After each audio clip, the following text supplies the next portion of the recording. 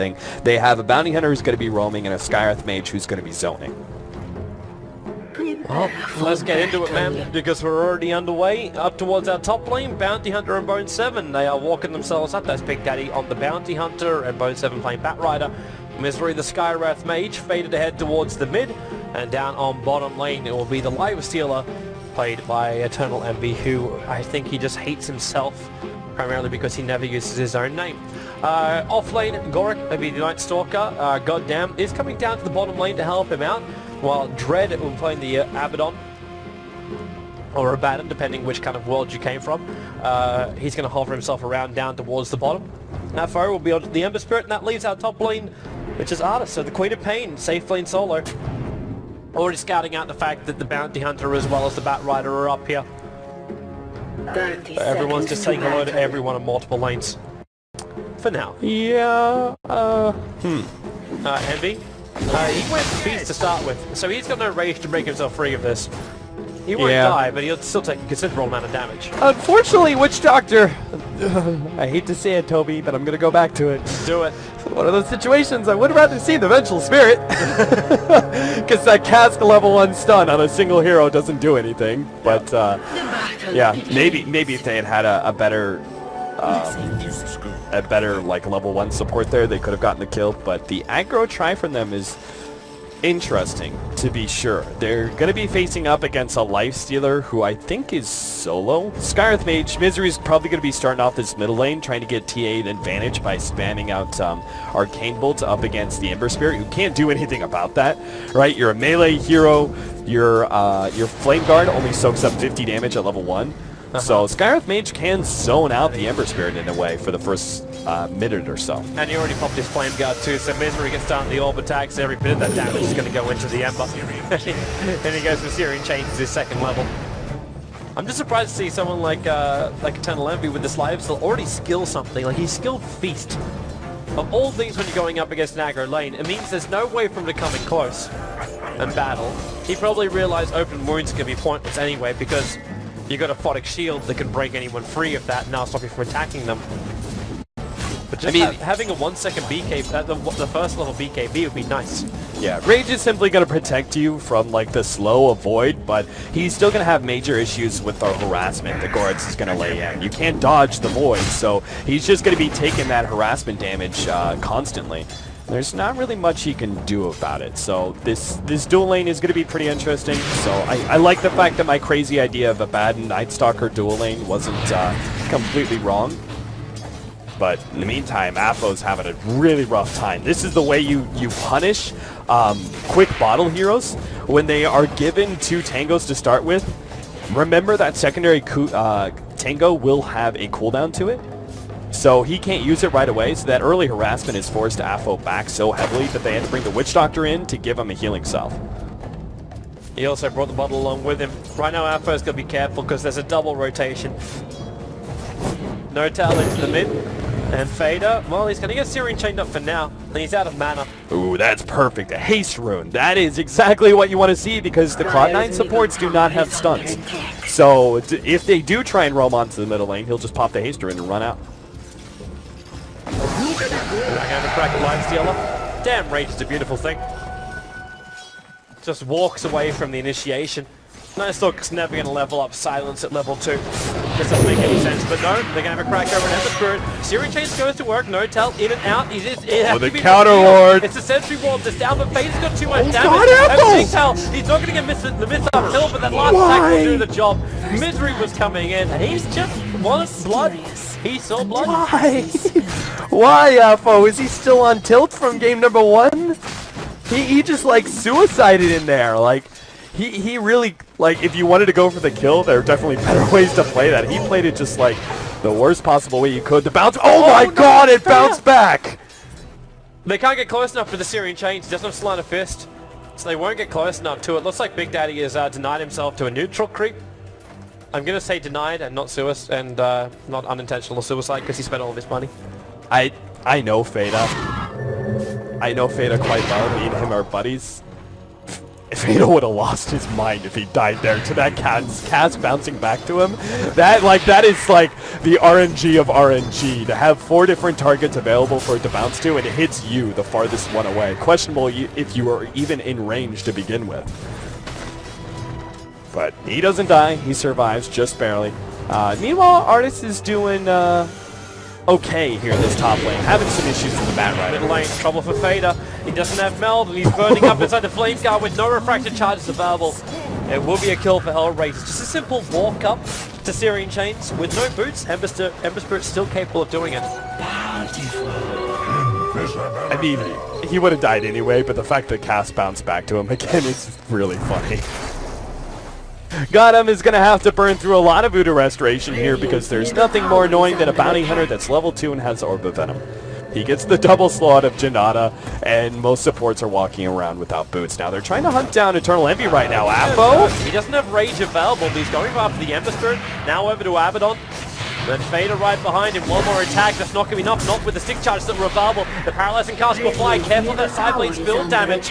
The shield's going to pop out here, and Fader, one more attack onto the Ember Spirit, and that's going to be enough to do it. He was looking for the last Syrian Chains, but Dread also an Aquatic Shield. No-Tail's going to find the pickup on him. It's 2 for 0 as Envy, well, wins it back off cooldown. Misery also making his way in through the trees. They're considering a battle here, but it's nighttime, but Nightstalk has opened up the wings. No-Tail's right behind him. They can attack him. There's a 4-on-1. Yeah, but he's got 2 levels of Hunter in the Night. This is what Goretz really likes to do. He goes for a 4-0-4 build. Even up against heroes like Storm Spirit, where you really would prioritize the silence. Lifestealer is actually one of those heroes that you prioritize the silence as well. We'll see if he forgoes the silence for that 4-0-4 build that I've seen in the past, or if he reconsiders and does go for that disable. That is quite powerful versus heroes like Lifestealer. No-Tail's on his tail at the moment.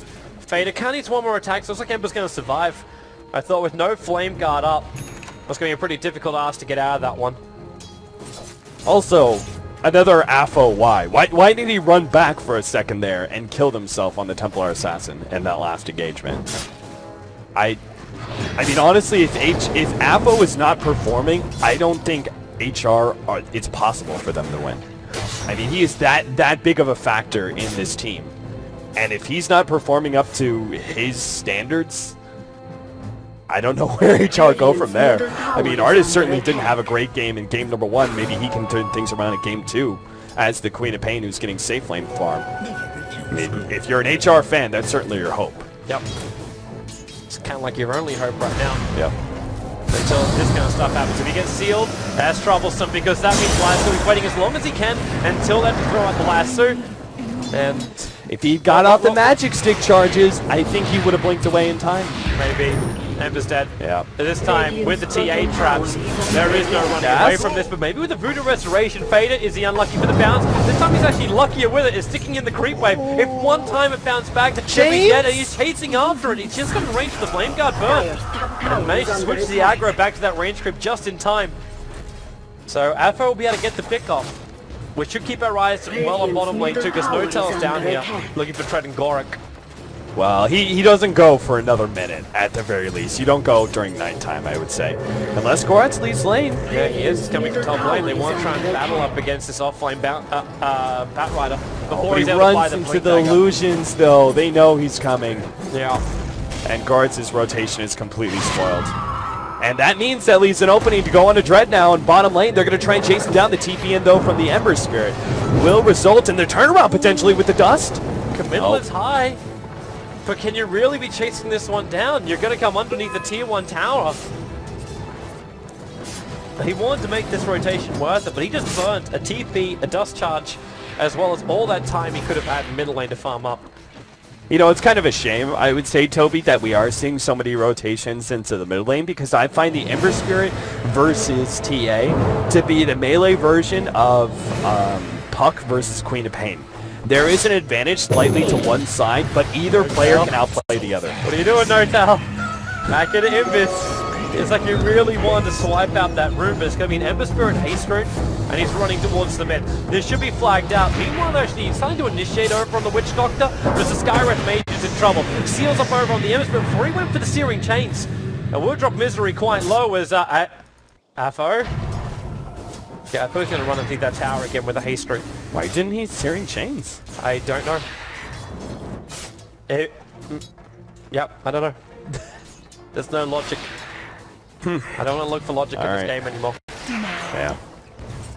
Understandable. It's been quite the quirky game. A lot of early movement from these cores. I mean, Cloud9 are full-on roaming, right? The Skywrath Mage shows up wherever he's kind of needed at this point. Bounty Hunter is a full-time roaming support. And then you've got HR, who are actually moving their cores around the map. Goretz during nighttime, and then, of course, the Ember Spirit has shown himself to rotate to a couple of those lanes as well. They have a crack at mid, but again, these sentry wards are down, so he sees Notel coming with the paralyzing caster. Got this Bounty Hunter dead to rights. He does as much damage as he can to the Ember before death.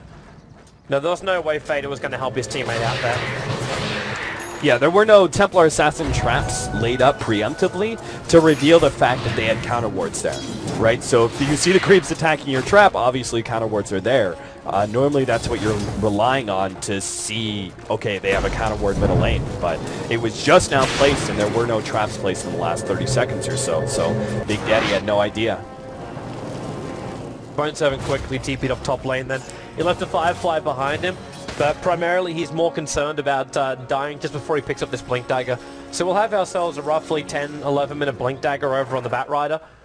All he needs to do is just come over here and get 100 gold, which he's going to. And this will also power level up the Bounty Hunter, so he'll hit level 5 if he sticks around for this. Primarily just for the experience, more than anything else. Oh, he didn't have Blink. That's why. Artist, no, he just TP'd away at the first sign of slow, but I didn't see that he blinked to the rune. So, nice response by him, TPing out, realizing he would have been caught there by the Skywrath Mage and Templar Assassin. But we do have a full 3-man rotation out from HR. There is no vision from the side of Cloud9 to reveal this, but there are a lot of heroes off map. So they're probably going to be playing cautiously for the next few minutes anyway. Well, you see where Notel's sitting, you on cautious, that's it right there. Especially when there's a sentry ward right below. Oh wait, they do have a ward there. Yeah, they do have a ward here. I didn't realize that. They found Notel. Dust him up into the trees. He's got to juke him. Runs down south. Goddamn, coming in from the side. They still do see him more further deeper into the trees. Tries to cut up with the secondary scream from Queen of Pain. There's no way to escape that potential juke of a lifetime, but not this lifetime. Yeah, the times that you can out-juke the dust timing are few and far between because dust lasts for so long. Fada, while they saw that rotation, the 3-man rotation potentially behind middle, they were farming up Ancients.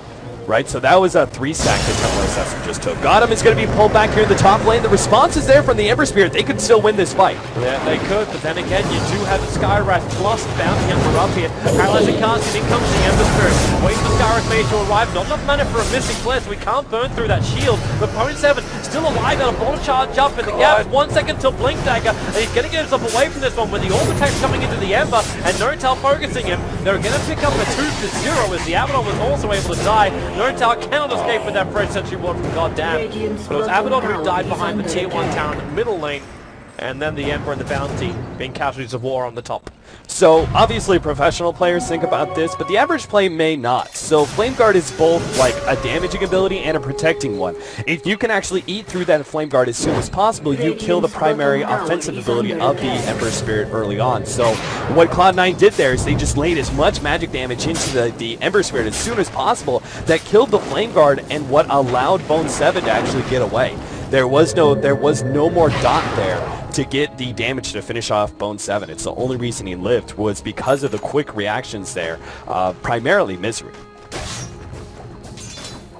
And because of that, Cloud9 were able to hold their advantage. In fact, they're starting to push up, nowhere near as controlling as game number 1. This is a lot more back and forward, but it's still about 1k. They're the advantage coming their way, not for experience, just for the gold. This nighttime determines a lot here. Whether or not the core Night Stalker has been worth the investment of resources you've given him. The problem is he's going to run past another ward. Really wish he would show up on the minimap, but they run past another one of those Big Daddy wards that he placed earlier. It's just because it's right on top of the dive. Yeah, that's the only reason. They're right on top of each other, so you look at the minimap and you don't see a Radiant ward there. Normally it flickers back and forward when they overlap in the minimap. Normally. Yeah, and they actually pinged out the exact position of it. They realize that something is wrong. When bottom lane reacts in the manner they did, they know something's up. So in towards the mid, that's where Cloud9 are going to try and go for a tower trade-off. So they realize the T1 tower is lost at the bottom. Leave N0tail just sitting in the tree line. Maybe he can do something if they want to TP in the Batrider, because Batrider does have the lifesteal sitting inside of him. So they've got a nice little Nate bomb available. Can they TP back in time to defend? No, they don't want to anyway. Not unless they know that everyone is backed up, but yeah, they're too late now. No, I would say HR. HR? I was saying HR can get this bottom tier 1 tower and still defend their mid. And sure enough, Cloud9 actually backed away, knowing that HR were going to do exactly that. So instead they went up to the top lane. That's where they brought 3 of their heroes, Misery, Bone7 as well as Envy together. And Fader could join them after finding an invis route. But HellRaiser can just do the same thing again. Cancel the TP. Well, that's annoying. Oh, and he missed it too. He missed the steering chains. Which means Big Daddy is able to TP himself away to safety. And this middle lane fight for HellRaiser doesn't look as strong anymore. But they're still going to do it. And Cloud9 have no desire to fight them at the moment.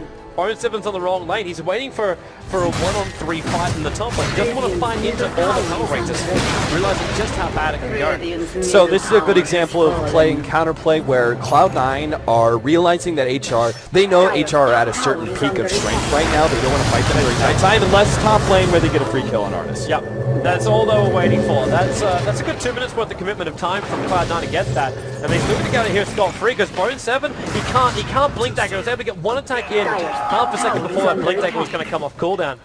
So he just traded a Quap for a Batrider. The Ember Spirit will escape in the mid. We should also flag the fact that track is up and running for N0tail, but there haven't been any track kills yet. Lesser teams would have been too busy hunting Cloud9 and searching for those engagements that they wouldn't have taken the towers. Smart play by HR, realizing, okay, Cloud9 are just staying away from us. Whether we can't counter-ward everything, so they obviously had some vision up. Let's just 4-man down these towers because they're obviously not going to fight us. So they actually get both the tier 1 bottom and a tier 1 middle. That's the best thing that's the best they can do at this point. Actually, I'll take the top 1 as well. During this second nighttime, and yeah, maybe get all 3 of them. There's not a lot of nighttime left, but there is still a darkness available for Night Stalker if he wants to use it. Quick TP and blink back out. With no lasso, there's not as much point having that blink up.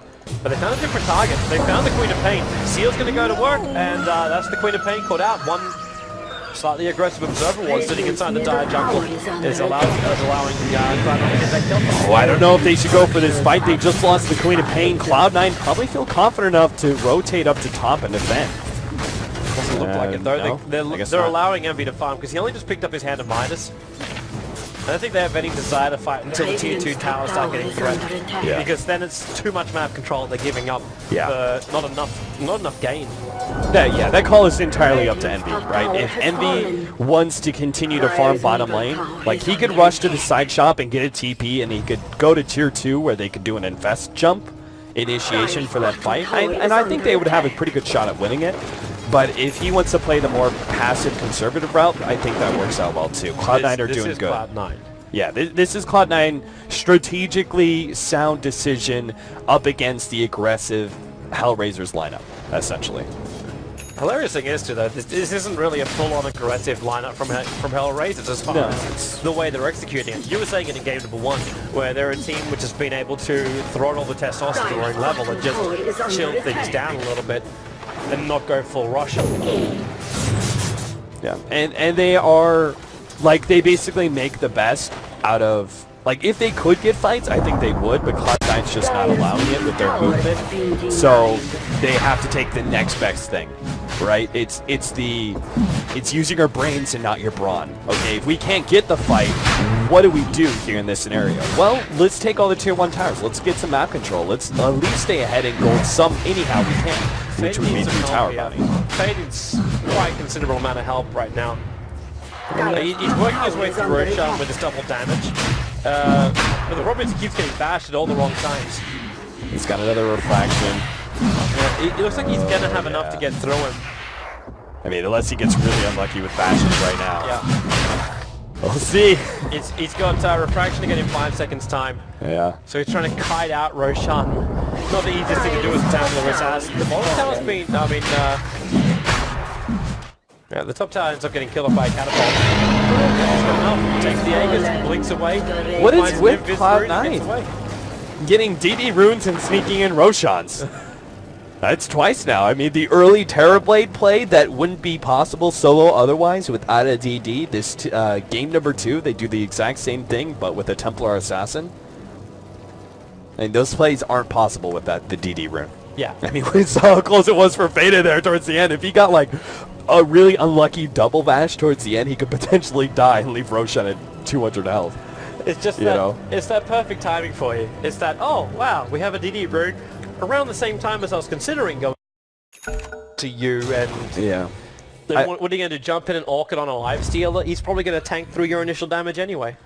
If you look at just the draft timing for HR and like strategically when they're strongest, oh, top lane, free kill. Got him. Witch Doctor is dead.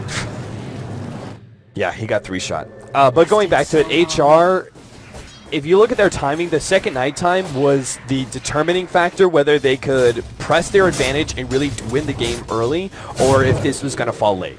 And because they didn't establish dominance in that second night time, they got towers, but they didn't like really get kills and towers. Midas is the reacting factor to that. Going, okay, we didn't do it in the second night time, we now kind of have to go late. Which, you know, Queen of Pain isn't bad with the Hand of Midas. You get the faster level 16. She's not bad, but overall your team is going to be struggling, because even if you do take an even trade, you still got Bounty Hunter track, which is going to give the goal advantage over Cloud9. Well, I think like in the next 5 to 10 minutes, you will now see a transfer of aggression from HR to Cloud9. Now it's going to be Cloud9 who are going to be the ones being a bit more aggressive, and HR will be trying to dodge fights for the Ember Spirit to get farm. Afo in some trouble here in the bottom lane. I'm sure he's got a Remnant to jump to. Also has the Abaddon healing him up, so shouldn't be a problem. I'm also waiting for someone in the jungle, because that's where I thought the initiate's going to come from. Going to get the perfect target onto the Night Stalker. So decided to use Flame Break to split them up a little bit. Eternal Envy still just it's a stowaway inside this melee creep, but it's about to die. And he's going to pop back out again. How much damage can he deal? He's got Rage of Babel eating into that Ember Spirit. Just have Flame Guard up. There was a Malediction of the Life, so he has to back up. A Sonic Wave from Mars to get the kill. Decides to Blink Scream, and Envy's got no other choice to turn, try and fight. God damn, with a perfect ultimate. Vader, he's burning out inside this one. Refractor charges up, lets him tank the Sonic Wave. Gets one shield. Dreb's got the ultimate. Means he cannot inflict any form of damage, and Dred's going to team himself away out of here. What is with Cloud9 and DD runes? That should have been a one fight for HR, but the huge burst of physical damage comes out of nowhere when all of a sudden Fato's like, what's up, Ember Spirit? Let me just give you a melt and DD hit with my Blink Dagger. And Ember Spirit just falls apart because he's so susceptible to physical damage like that. I mean, if there's no DD there, the response is going to be from the Abaddon. He's going to heal up the Ember Spirit and get out a shield, but the damage happens so quickly that his cooldowns weren't ready for it. So they get the Ember Spirit. There goes the primary source of damage in that fight, particularly the strongest hero versus a Templar Assassin. The damage is going to increase as well, with Fader picking up that Desolator now. And this is really the strength of Cloud9. Well, top lane, hold up. Gordon's in trouble. Is that doing enough damage? No, they do with Bone 7. BTs are on Bone 7. Comes in for Lasso and Gorik. Well, it's that 1:11 PM, so it is meant to be his nighttime. It is his nighttime. The orb, the shield will protect him, so he won't die from this one. The force up, pushing Misery away, but it's not far enough from Bone 7 to keep that Skywrath mage safe from the last attack from the Queen of Pain. So Artis will pick up a double kill here.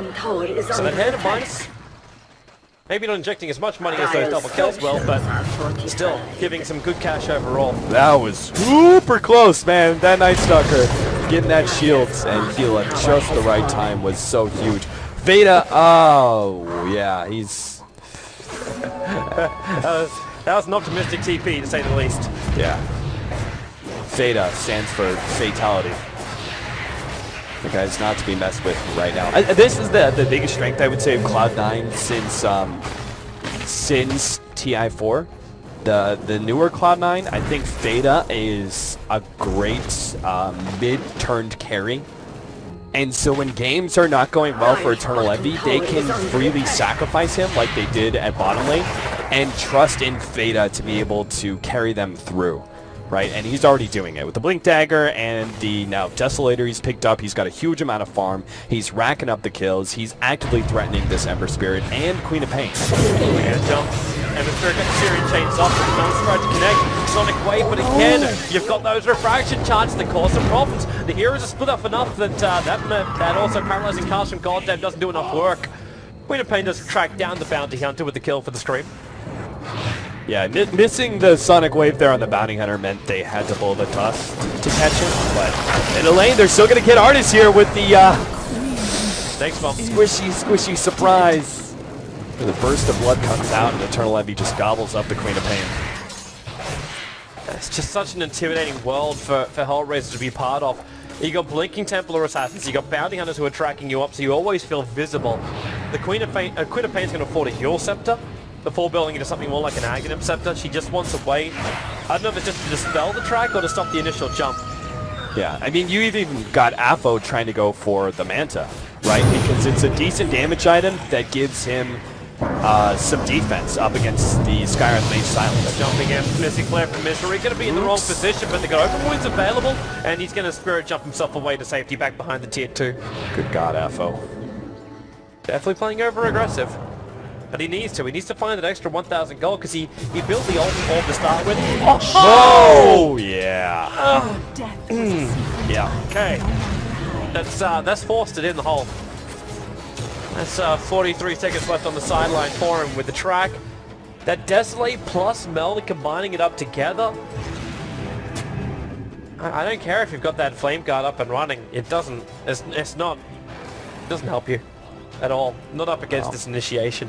He's sitting. Another Oh track my kill God. as well. It keeps coming in. I mean, the net worth, at least the supports are ahead of the Cloud9 supports for HR, but you look at the net worth when you've got all three of the Cloud9 cores ahead, and Templar Assassin is way ahead. Like, he's double the net worth of the Ember Spirit. What was she sitting on for gold per minute? So 576 for the gold per minute currently for the Templar Assassin, and over 600 experience per minute.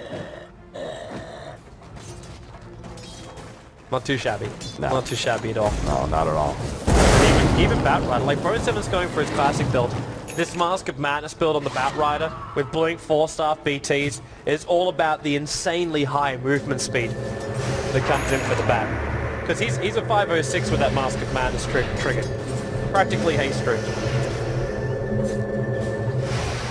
And that means the drag back distance makes it really difficult for HellRaiser to keep up. Because Switch Doctor and Abaddon aren't really those high movable heroes.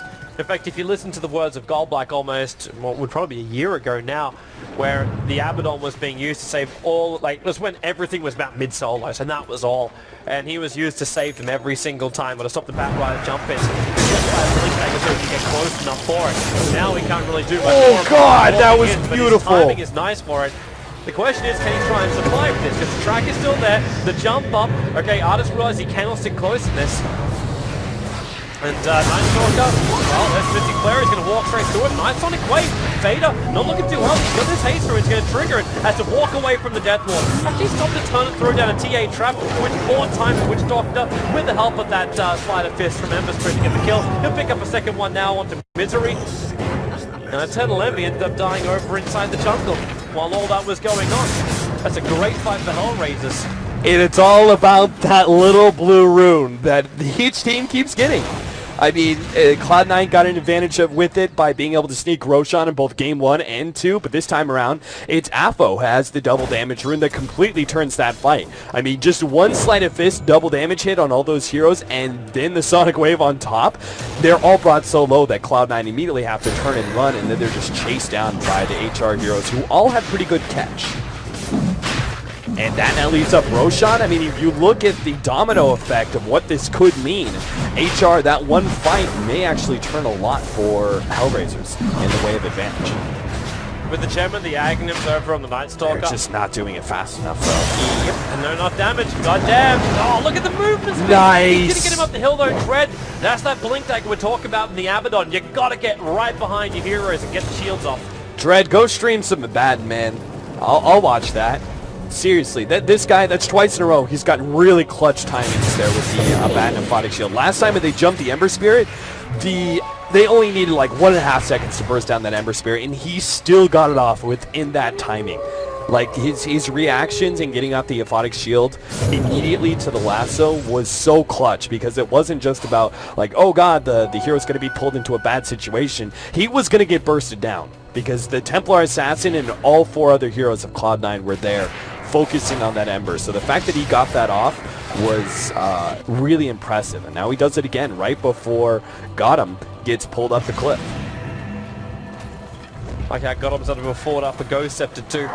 So all this direct physical damage not going to do enough, and they're smoking up. They don't want to go for Roshan. Let's leave 1 Spirit behind. They want to find a kill on Cloud9, but all of Cloud9 have ventured themselves up to the dire side jungle. Pro7's going to TP himself back all the way to base. So it's only No-Tail who's in the neighborhood. Oh, they have a gem. Yeah, there's no way for No-Tail to escape this one. He gets at least track off. And then Drake comes in with a shield, so say goodbye to your track. No.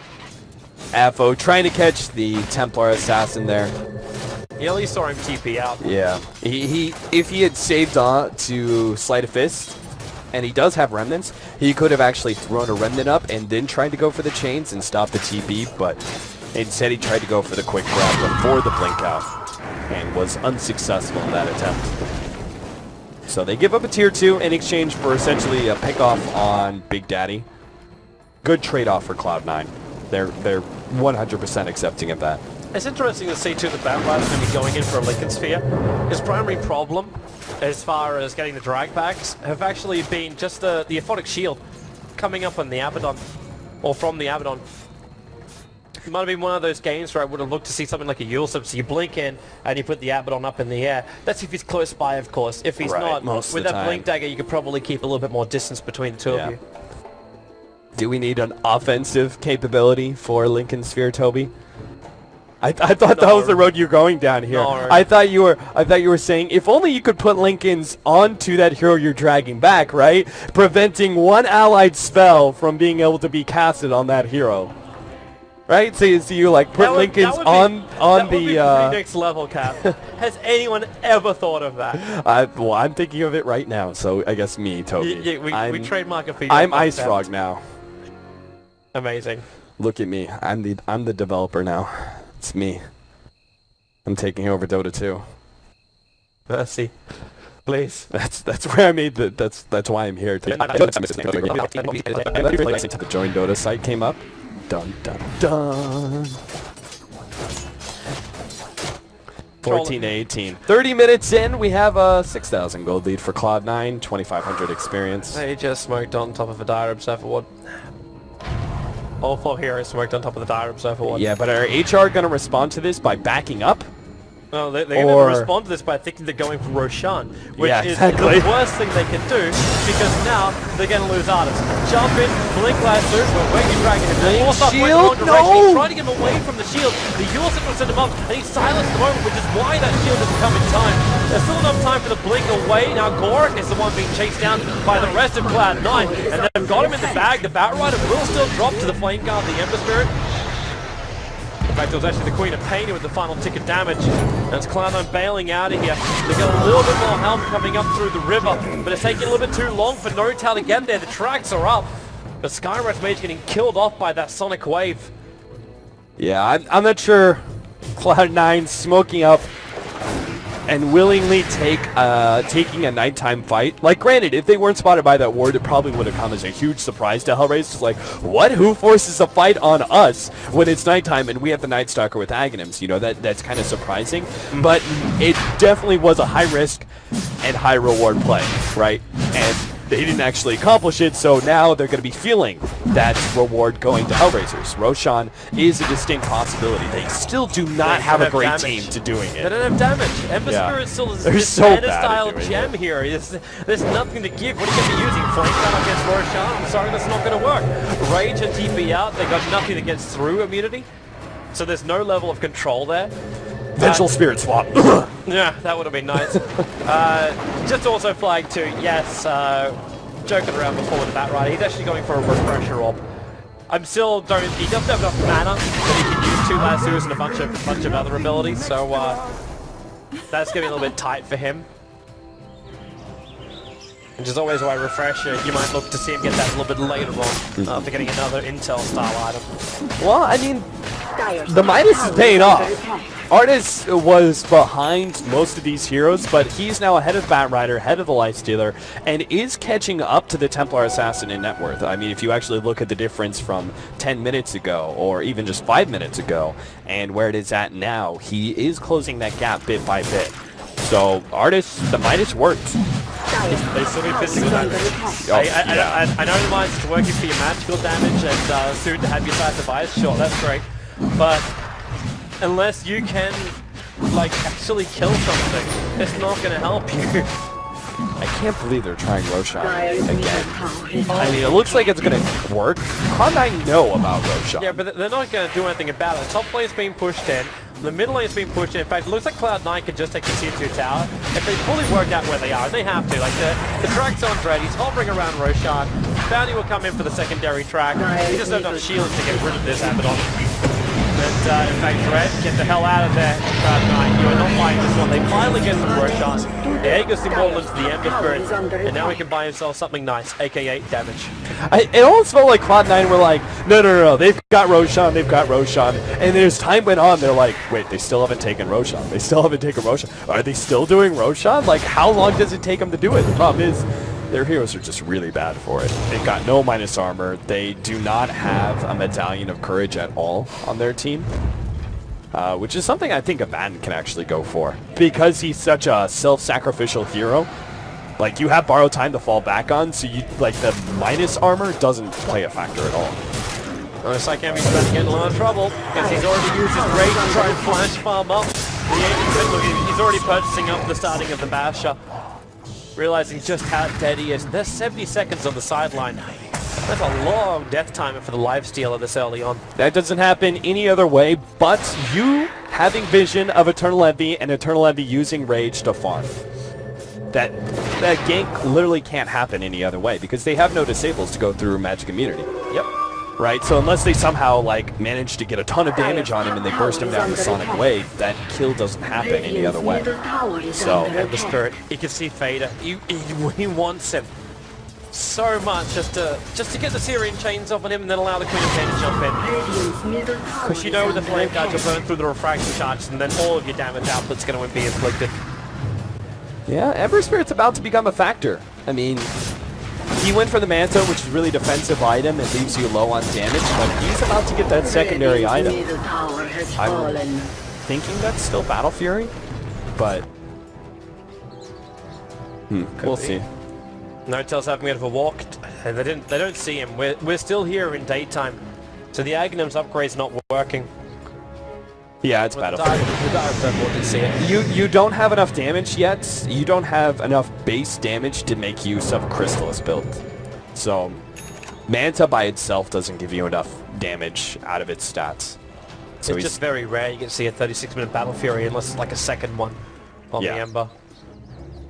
But it's the build he's kind of been forced to go, and they can technically take late game with the Ember Spirit being as strong as he is late game.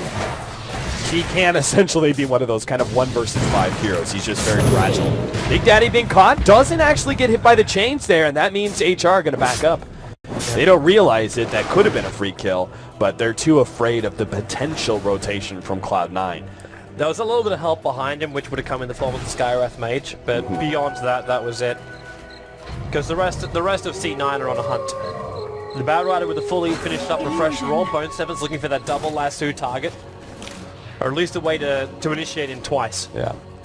This Scythe of Ice is going to mean so much for HR. If they can finish this up on Artis, this means they now have a solid disable, finally, versus the Eternal Envy that can catch him out before Rage, right? Cask is not a thing. That doesn't happen. So, they finally have a hard disable versus him and the Templar Assassin before BKB, which is pretty critical as well. Top lane missed gank there, but it looks like they may try and get another gank at bottom. Get that courier out of there. Get that courier out of there. Has been slain. It gets taken out. A little bit too sloppy for the to get the item as well on the courier, which maybe is a good thing, because that was Vader. He just picked up the Daedalus and had more than enough money to buy up the Demon Edge. Man, if he gets lucky, he could just pop the Ember Spirit. He gets a blink in, meld strike, and that one hit does a critical. That leaves Ember Spirit at such critical HP levels that he probably can't fight after that. Like, if he gets out to a remnant, he probably doesn't come back. This is that decision-making we look to expect out from Cloud9. They want the quick kill over the Witch Doctor. He can't get that Ghost Scepter off, or else they won't be able to get the pickup. He doesn't actually. He'll end up burning inside the missing flare, and the rest of C9 are TPing out of this one. No tell, it's better than Sacrificial Land. He's locked in the freeze, maybe not. Blinks away to save you. The Sonic Wave will take out the Skywrath Mage. Yeah. Bounty Hunter was able to blink and TP out. So it's a one-for-one trade-off, support for support. But they stopped HellRaiser from pushing into the tier 3 tower at least. They lost the tier 2 tower up on top, but... Yeah, so in the end it's worth it for HellRaisers, but you can't afford to make a trade like that again or else your Rax is going to be exposed. A Templar Assassin simply does too much damage to these towers with the Refraction plus Desolator. It's a lot of increased damage from Refraction, 80 damage a hit, and then obviously the Desolator's minus armor versus that tower. Yep, just allows TA to be an excellent split pusher in these kind of instances. As well as the rest of the team who are attacking into it. I'm not going to say the Bounty Hunter, but someone like Eternal Envy can just open up on it. Also known as to Eternal Envy, like he started buying into a Basher. Okay, he is going to finish the job. I wasn't quite sure. Okay, decision-making Envy. You wanted an Assault Cuirass as well. He's going to leave the Plate Mail inside. So he's going to be happy to drop down to that 10 armor as opposed to 20 armor he had before. That's really awkward. I mean... It's fine going for the plate mail and then still going for the basher and finishing up the assault cuirass later. It's just really awkward that you now have 1,400 gold that isn't being put to use. You bought a plate mail, but you can't have it in your inventory. Well, if he had the courier, just putting the hand of Mind Soaker on the courier, and then he can put the plate mail onto himself. But the courier is currently dead, so that option isn't available to him. And ever since the C9 DAC... Oh, Fate is going to be caught here by the Scythe of Vice. They burst him down. I was just about to say HR are giving too much room to Cloud9 to split push these buildings. The tier 3 at bottom lane got an acceptable amount of damage, but you can't let it be much more than a few hundred. Top tower is now dropped down to 375 HP, but this time around they do at least catch Veda. It kind of evens out the tower damage that was done, but that tower damage does start racking up. Bone 7 is going to find Gotham, but doesn't actually go for the pickoff. Man, the way that Witch Doctor is running, he's got all the confidence in the world. Yeah, he really does. He was just legging it down the mid. I mean, the Templar Assassin is obviously the scariest hero out there. Guards are going to find Big Daddy. Free pickoff. So 16 to 25 now. HR. Those two pickoffs may just allow them to push uphill. Again, they do not have amazing physical damage yet. No. So the damage that they do to that tier 3 isn't really going to be that much of a threat to Cloud9 in this one push, but it can set up for future pushes. Let's see how much damage they can inflict. 20 seconds until TA is back up. Everyone who is dead, actually no, Bounty Hunter does not have his buyback. But the TA does, but there's no way he wants to use it. Unless they're going to take the melee racks on bottom lane, Eternal Envy. He's got TP back in a moment. He's already inflicted a lot of damage. HellRaiser, you're right, that should just be the tier 3 tower and then get the hell out of there. Yeah, again, setting up for later. Apo, he got 7, now they can turn! That's big, with the Sonic Wave, they've already got the Batrider down. Misery bailing out here too. But without the Batrider initiation, he does have buyback, so HR should not go too deep. They've got a good series chase over, but he's from that buyback, not dead. It's not going to survive long enough for Templar Assassin Vader inside that BKB. He'll have the buyback as well. They're going to defend this one. Triggers Dread's ultimate. Where's your buyback? It's not coming yet. He's got 80 seconds on the countdown timing and let Envy and Batrider do that work. You get the last one. Oh no! Yeah, it's fine time for Live Dealer to be into Live Dealer. Get the bash trial as well. And the tracks were all on these heroes as they were dying. They're chasing after Artis, but he's blinking away so quickly. They don't have enough speed to catch up to him. I don't know how many of those were track kills at the end. But there were only 2 buybacks, one from the Ember and one from the Batrider. That fight was messy. HR went too far. But the worst thing, I think, the worst thing that HR did there, like pushing in deep, was obviously a mistake. right? They saw, oh god, we have an advantage, we just took the Batrider, let's go! And then they went too far. Yeah, then the Batrider came back and they didn't pull out in time. Yeah, because they were already too deep. Problematic, but acceptable. AFO buying back there? I don't know about that one, Toby. I mean, he just loses a significant amount of gold that would have been going into Daedalus. Yep. He also gives away his buyback, leaves him exposed for the next 6 minutes. And they now have lockdown of Abyssal Blade. This leaves HR actually exceptionally exposed. I can't believe he did that. Like, for example, this 4-man smoke actually catches out Ember. That could be GG right there. And it looks like they may catch him. They can. Blink last surge, drag him back, and just melt him down. Ember's down for a minute and a half. FOY!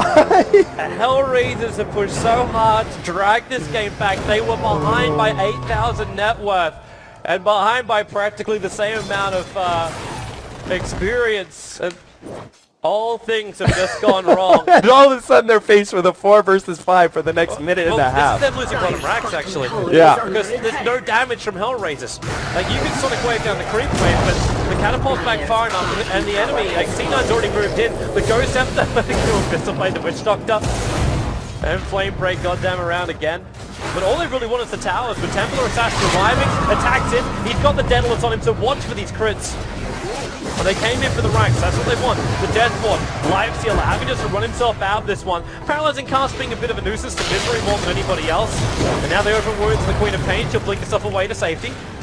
Remember, they're still here for the racks. Fate is lining up the creep wave so you can get rid of them quickly, and then you jump in. They go on guard down, they're still locking in position. Queen of Pain, the Sonic Wave will come off, killing him with Skywrath Mage. The Templar Assassins, they got what they came for. They took the melee racks, now the rest of C9 have to get the hell out of here. Or Vader can try and kill him, that'll also work. The bouncing Shuri toss, because the tracks are up, open wounds, they have to go on the Queen of Pain. There's that bash, he got one off, no mana for the Abyssal Blade, also still on cooldown. Vader, null protection, but they got the gem on the Night Stalker. That's going to reveal him off, an Eternal Envy. I think he realized he's going to die to the Malediction. If you can wait 2 seconds, he can hit you right away inside the Infest, but he's going to move too far away from the creep wave. So he'll end up dying. They do take the full bottom racks, however. And there's no, well, what's really a trade from HellRaisers? There's not much to speak of. It was impressive. It was really impressive what HR managed to pull off there, which is essentially a 1 fight, 4 versus 5. They are actually really challenging the thing that I said early on when I said, like, if AFO isn't playing his game, HellRaisers can't win. Like, AFO is not, like, that was a huge mistake by him 2 times in a row, and they got punished heavily for it, but HR still managed to, like, those 4 other players of HR managed to just show they are something to be reckoned with, man. The fact that they managed to, like, just lose their racks, they stalled up Cloud9 so heavily, and then managed to force out the fight still, and beautiful kiting, whether it was Gotham being perfectly positioned, always trusting that Dread was going to save him at the right time, so Artist being really far forward with his Heal Scepter, knowing that he always had that defensive mechanism available to him. They won that fight, and now they're able to take Aegis and Cheese. So yes, they lose the bottom lane engagement there. But AFO now has an Aegis, they have a Cheese to be able to go in through middle lane. Maybe they can even out this Rax advantage and make up for the mistake that AFO played earlier. Maybe they can. It is a huge one. That's the 2nd time now in a row that we've seen this kind of moment. Where Cloud9, they ended up having a bad fight, but the worst possible time when Roshan's on up, and that was what they were searching for. They were checking Roshan before they started that fight. They really wanted to have that Aegis before the fight began. And now they sit inside their base. I don't think we got any kind of, there's no invis in the hands of HellRaisers, and there's no point putting a sentry board on the front side because Night Stalker's just going to steal it. See, with that Aghanim Scepter and Gem, he sees everything on the high ground, so they're the ones with the initiation advantage. Misery has managed to TP himself back. And Blink Lasso, they call the Night Stalker, Drake could keep up, so just get the shield off in time, can they kill off Warwick? He triggers the cheese, but still, it's not enough, they just burn through it twice over. The Deathboard is out, and they drag Artist back underneath the Team Board Towers. Spider Fist will end up killing off the Batrider, no buyback available for him, as they burn now through the Aegis he was. The Roshan advantage has gone out the window, and you still have the Templar Assassin as well as Live Stealer up. Live Stealer, who has an Infest available to him, rages in, and, well, Abyssal Blade's already gone to work. With the movement of the Ember Spirit coming back in again, Live seal doesn't work. Okay, he's going to have to pop out of the other. Yeah, too much trouble. He's going to go down, straight buyback. They need to repel them and keep this Rank's advantage up for the moment. But Notel keeping vision outside. Nice series change.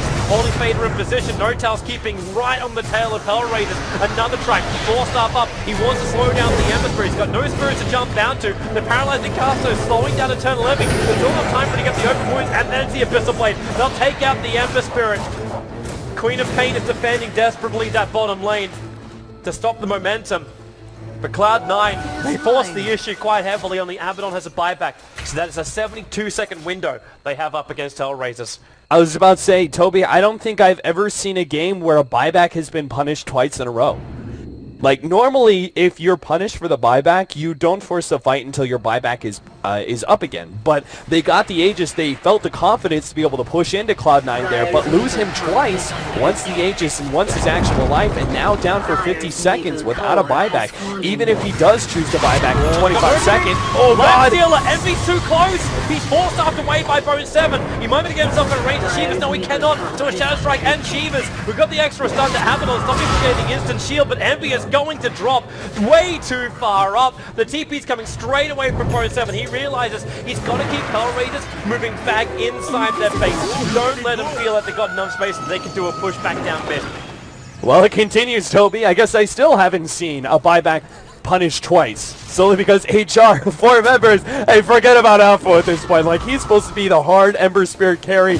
His farm is actually going nowhere, which is really concerning. But the rest of HR is showing a lot of strength. If Alpha manages to come back and, like, he finishes up his Daedalus and HR win this game, I actually think HR can win this series all of a sudden, solely off of the performance of their 4 other members. Like, if Apo just steps up his game, man, holy cow. I'm saying this, like, I'm a huge Apo fan. Like, I've been following this guy for a while now, but hey, I call a spade a spade. His game has not been up to par this series. The funny thing is, though, even if you look at the kill, deaths, assist counter, they're still sitting up at the top. You got a 14-4-10 Queen of Pain on the field. Artis has had an amazing game, and he's basically now full slotted apart from the hand of Midas drop. Artis dropped the ball in game 1, but boy, did he pick it back up and run it home in game 2. Well, HR haven't got the touchdown just yet. Misery's going to keep that pressure on top with a 3 catapult army coming out from the Radiant side. No, HellRaiser won't be too worried about that just yet, but they're going to keep eyes on No-Tail. Gora couldn't get there in time. He lost that gem again in the fight, so they don't have that easy vision on No-Tail, but he did buy up some dust. They still can get that reveal. They got the blink, and Bone 7 getting caught out. This is really problematic for him. He doesn't have a buyback available. Down the sideline, to the Queen of Pain. You'll send her up into the air. Vader ripping apart the Witch Doctor. The orb's still flying away. Queen of Pain's dead now. Nothing will save her, or maybe the shield will. I take it all back. No, the tower's going to be no way to survive, but Afro underneath that tier 4 tower. You still got Envy trying to go ham. He's got the bash onto the Ember Spirit. Has he got something else? It was the Abyssal Blade. He's moving up. He's got him. He's actually going to get the kill on the Ember. Abaddon down 2, and Nightstalker with Vader and Envy combining together. They will genocide out HellRaisers and now have to make an absolute beeline, either push the mid or BT himself up, get quickly up to this top lane and take out the tier 3 tower, because that's where the momentum is. And look at Envy. He's just legging it, pumping those little legs and using the claws in the ground. Any movement speed he can get to that top lane, he's burning it. Yeah, this is going to force out a buyback from somebody. Probably the Queen of Pain, perhaps the Ember Spirit, which is so bad. Like, I understand. So he can come and join him. Here comes the mass buybacks, but they may still lose melee racks, at least the Glyph. They overcommit themselves here. The TA trap is slowing them down. And here's that third buyback coming out from Ember. Templar Assassin, she's low on money. She does not have a buyback. There's 2 minutes. You did claim a second melee racks, however. So if Cloud9 can stall this up long enough, and if Envy cannot die, they know he doesn't have a TP scroll. We've gone full C9 right now, and Envy just having to run himself away. The Eul Scepter up, he's in trouble. But then again, there's no Scythe device available. He doesn't have Infest, Support's coming over as quick as it can from the Bounty Hunter, but No-Tail may just take too long. Rage is actually going to buy the TP scroll and TP out to safety. Where there is a will, there is a side shot to resupply. So I don't think Cloud9 are going to be punished for the loss of Fada here. He's down for another 80 seconds, but it seems that neither Roshan nor does HellRaiser have the opportunity to be able to push through middle with just these 5. So there's no way they want to take the risk. When you've got 3 players with buyback on cooldown for 6 minutes, you want this game to stall out. Are you sure, Toby? Because they just took the risk last time of pushing through middle lane with still no upgraded item on Apple. Like, the fight has been the same. Apple hasn't had a Daedalus for the last 10-15 minutes.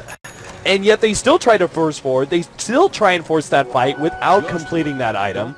They finally get it now, but I know they had Templar Assassin and I believe the Bat Rider didn't have buyback there for like 3 minutes, but that was still such a risky maneuver for them to try and 5-man up against the full 5-man of Cloud9 again. Crazy. It's crazy to do it. What they should be looking at is finally removing this tier 2 tower in bottom lane. That's something they can take and Cloud9 won't fully commit to defending. And then you get aggressive wards up. You let yourself know where C9 is and then come and gank him. You have a Night Stalker with an Aghanim Scepter. Vision is your friend. You've got the ability to burst range damage as well as control through the Ember Spirit and the Queen of Pain. Yeah, this is what you play with. Get the kills outside the base and then come up. Don't fight Cloud9 inside, or else we keep going into this buyback versus buyback situation.